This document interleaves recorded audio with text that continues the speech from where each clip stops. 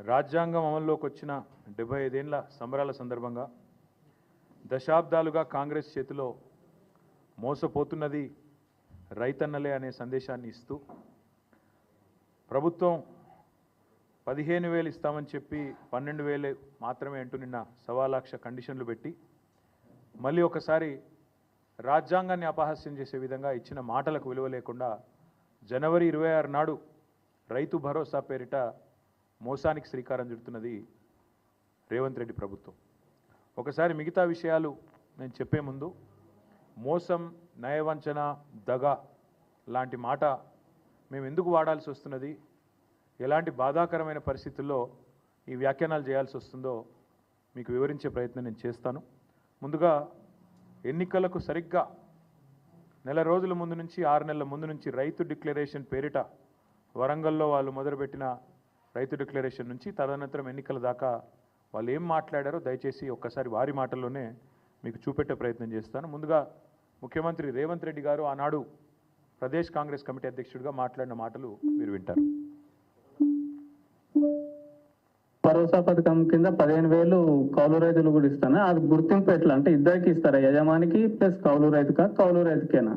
ఇప్పుడు స్పష్టంగా అందులో భూ యజమానికి మీకు అంటే మీరు ఎందుకు ఇంత క్లియర్ గా ఉన్నా కూడా మీకు అనుమానం వచ్చిందో స్పష్టంగా మళ్ళొక్కసారి చదివి వినిపిస్తాం. మీకు ఇందిరమ్మ రైతు భరోసా పథకం భూమి ఉన్న రైతులతో పాటు కౌలు రైతులకు కూడా ఏడాదికి ఎకరాకు 15,000, భూమి లేని ఉపాధి హామీ కూలీలకు ప్రతి ఏడాది 12,000. స్పష్టంగా ఏ మాత్రం శశపిశలు లేకుండా, అనుమానం లేకుండా, పదాలు అటు ఇటు కాకుండా పేర్చి కూర్చి ప్రజలకు స్పష్టంగా చెప్పినము.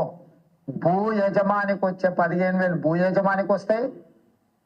భూ యజమానులు 58 లక్షల మంది ఉన్నారు, చిన్న సన్నకారు రైతులు కలిసి.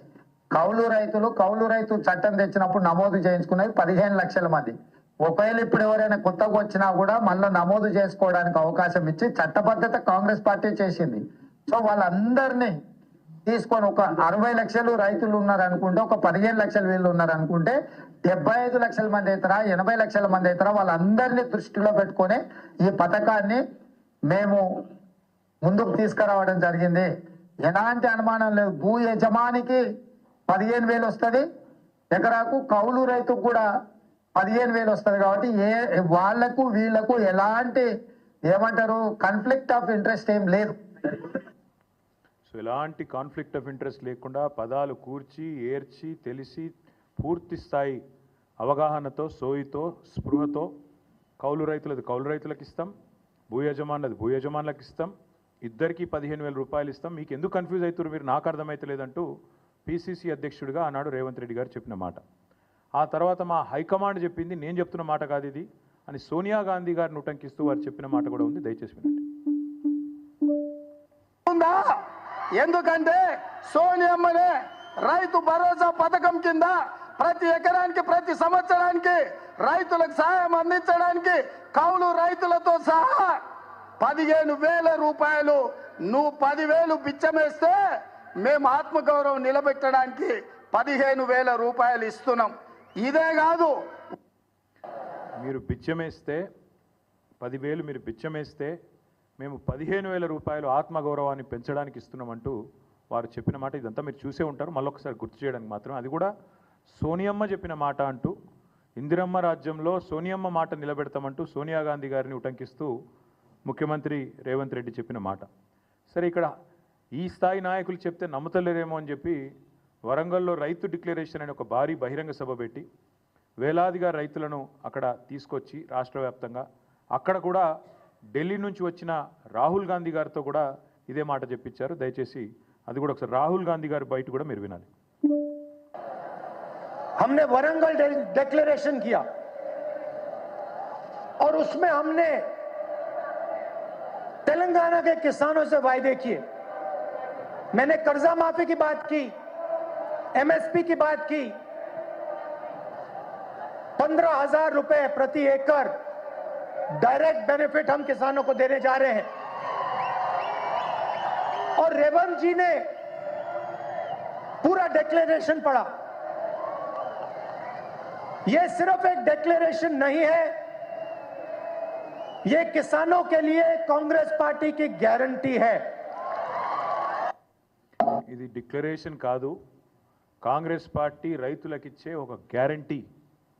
రేవంత్ రెడ్డి గారు కూడా మొత్తం చదివిన డిక్లరేషన్ నేను కూడా చదువుతున్నా అని చెప్పి 15,000 రూపాయలు ఖచ్చితంగా ఇస్తామని చెప్పి రాహుల్ గాంధీ గారు వరంగల్లో వేలాది మంది రైతుల సమక్షంలో తెలంగాణ రైతులకు ఇచ్చిన మాట. అందుకే ఇవాళ తెలంగాణ ప్రభుత్వం తీసుకున్న ఈ నిర్ణయం ఏదైతే ఉందో 15,000 రూపాయలు ఇస్తాం ఎకరానికి అని చెప్పి ఇవాళ 12,000కే కుదించి సంబురాలు చేయమంటున్న రేవంత్ రెడ్డి ప్రభుత్వం ఖచ్చితంగా తెలంగాణ ప్రజానీకాన్ని, తెలంగాణ రైతాంగానికి తీరని ద్రోహం చేస్తున్నది, తీరని అన్యాయం చేస్తున్నది.